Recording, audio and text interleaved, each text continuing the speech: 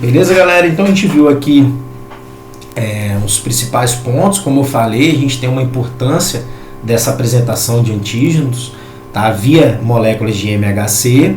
Então, quando a gente tem uma alteração de qualquer parte nesse mecanismo, a gente pode gerar debilidades imunológicas. E a gente tem um exemplo, por exemplo, da não responsividade a vacinas, como o vírus da hepatite, por exemplo, B. Tá? Aqui acabou não aparecendo no slide, mas a gente tem inúmeras alterações do componente imunológico que podem estar debilitados se tiver aí um prejuízo no mecanismo de ativação de um complexo do tipo MHC, ou do tipo MHC tipo 1 ou tipo 2. Beleza, galerinha? Então a gente tem aqui, a gente já viu então isso, tá?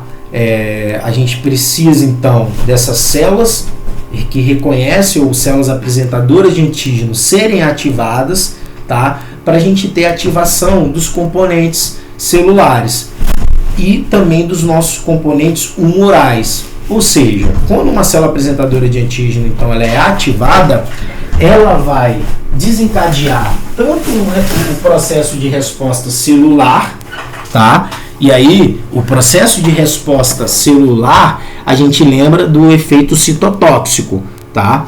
Quanto o processo de resposta humoral, ou seja, a produção de anticorpos. Então, os dois braços da resposta imunológica, elas dependem dessa ativação complementar das células apresentadoras de antígeno, tá? A gente pode ter aqui, pessoal, apresentação cruzada também de antígenos. Tá? A gente vai ter então uma célula aqui, a célula infectada por um vírus, e ao mesmo tempo essa célula apresentadora de antígeno ela pode ativar tanto células CD8+, tá? Quanto outros grupos celulares, como células CD4+, que vão ativar aí depois, posteriormente, os linfócitos B, quando for o caso, tudo bem? Então a gente consegue, dentro de único grupamento celular, ela possuir mais de um modo de ativar e apresentar esses antígenos nas diferentes células, tá? Lembrando das nossas primeiras aulas que a gente precisa ter coestimuladores, tudo bem? E esses coestimuladores eles irão participar da ativação das células. Por exemplo, quando a gente não tem ativação aqui de coestimuladores, a gente não vai gerar uma resposta, ou essa célula ela fica não responsiva, tá? Agora, quando a gente tem coestimuladores participando, ativação de citocinas, a gente vai ter ativação dos componentes imunológicos. E por que a classe tipo 1 ativa CD8+, e a classe MHC tipo 2 ativa os linfócitos auxiliares CD4+?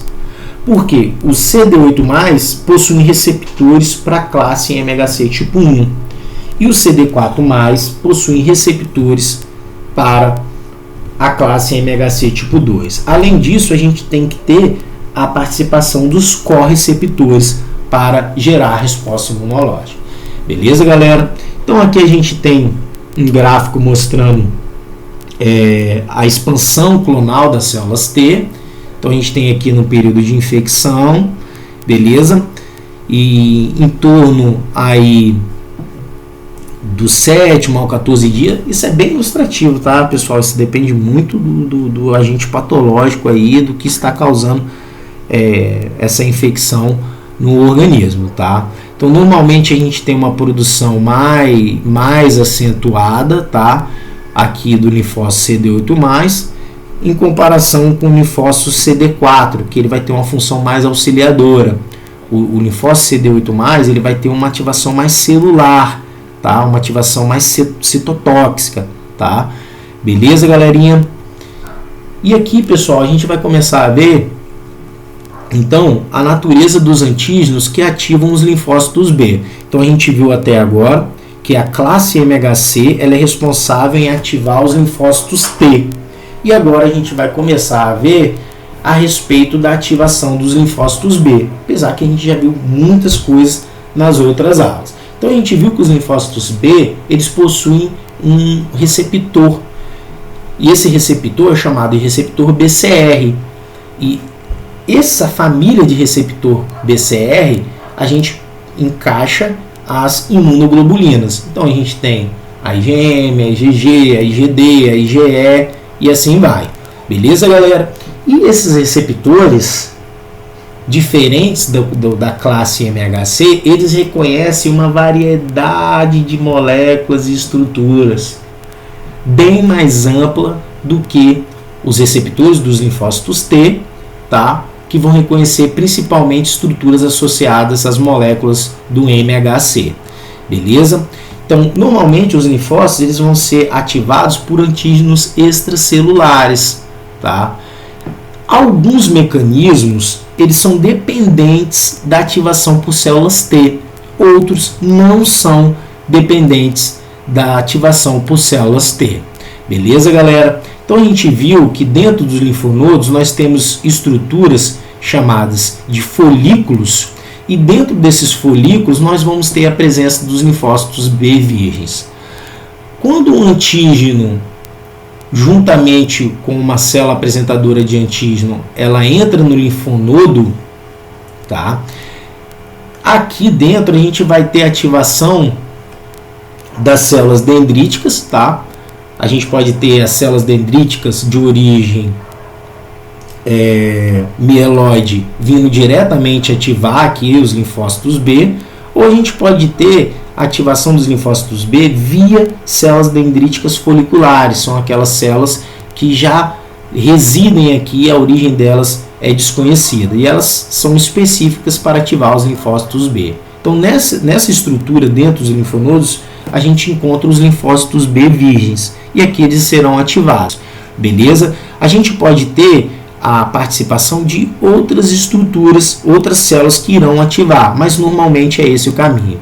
Então, quando a gente tem uma ativação que ela necessita da participação de linfócitos T para ativar os linfócitos B, normalmente eles ocorrem a nível folicular aqui nos linfonodos. Beleza, galerinha?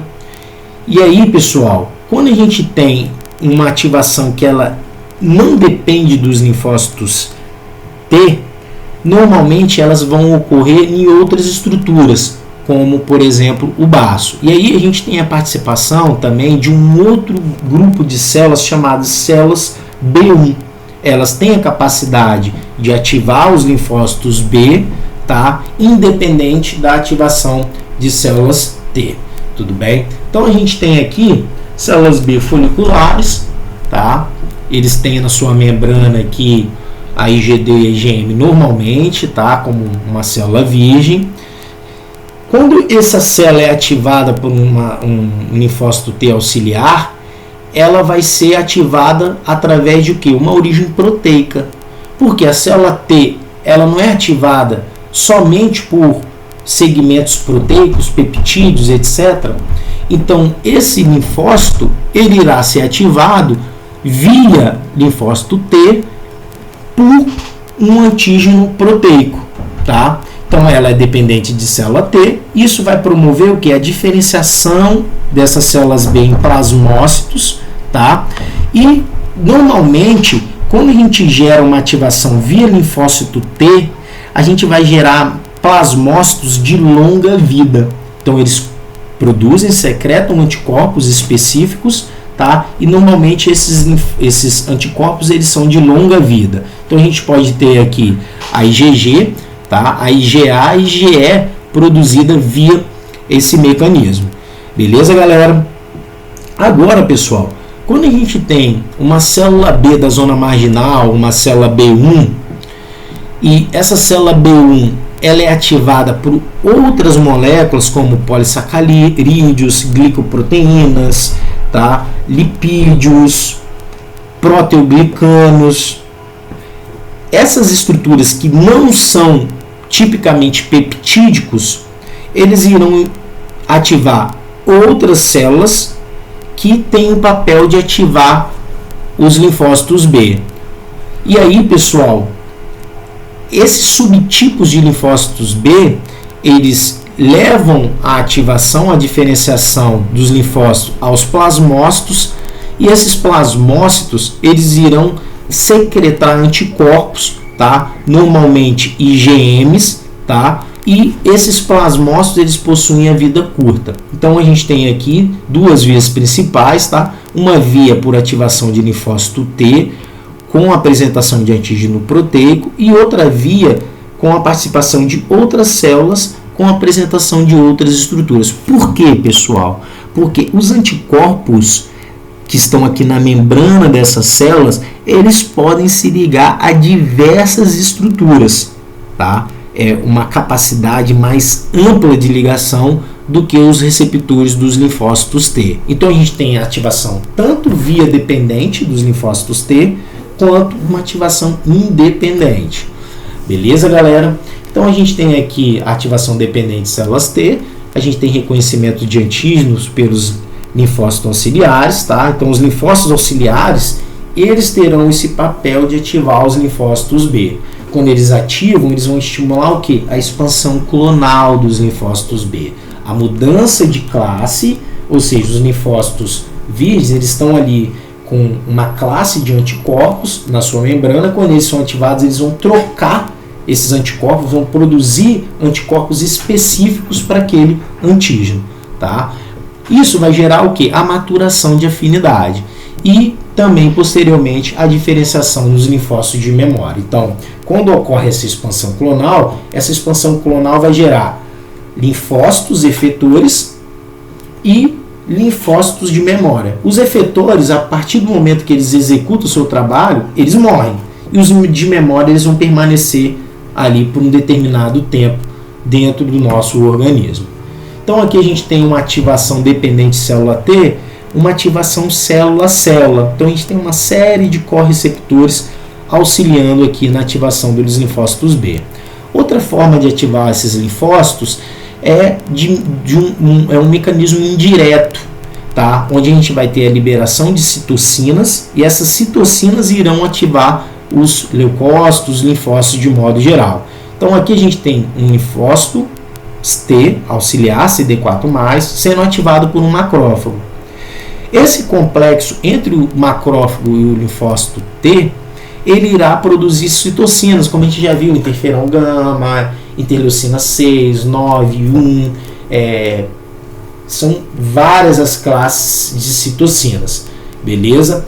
E essas citocinas, elas irão gerar o que? O recrutamento de leucócitos. E aí a gente tem eosinófilo, basófilo, neutrófilo e também os linfócitos B, tá? Normalmente isso aqui a gente está representando uma via de inflamação, uma ativação perante uma inflamação. Beleza, galera? Então a gente tem tanto o contato célula-célula que vai ativar, quanto o contato indireto via liberação de citocinas. Aqui a gente tem um exemplo, a gente já viu lá atrás, do linfócito B, tá, sendo ativado por um antígeno, endocitando esse antígeno, depois apresentando esse antígeno via classe tipo 2 aqui, ó, pessoal. Ó.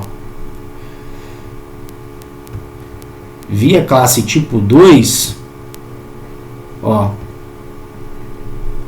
apresentando esse antígeno à célula CD4+. Tá? Então, a célula o linfócito B aqui reconhece o antígeno, beleza? Endocita esse antígeno aqui, ó, aqui dentro ele está endocitado, depois vai apresentar via classe tipo 2. Beleza, galerinha? Então, dessa forma a gente vai ter esses mecanismos aí com a participação da célula CD4+, tanto ativando os linfócitos quanto os linfócitos ativando a célula CD4+. E aqui a gente já viu isso, tá? Então, a partir do momento que esses linfócitos eles são ativados, tá? Eles irão gerar uma mudança na classe de receptor ou na mudança de isotipo, como a gente já viu. Então a gente tem a liberação da IgM aqui, principalmente como uma forma de ativar o complemento, tá? A IgM, normalmente, a gente tem com uma infecção recente, tá, pessoal? E a IgG é quando a gente já tem um anticorpo de memória.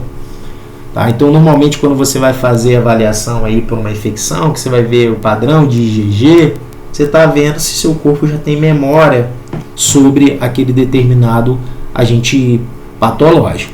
Tudo bem? A IgE aqui, que vai ser liberada principalmente na defesa contra o minto, e a IgA, que vai fazer aquele mecanismo de defesa nas nossas mucosas.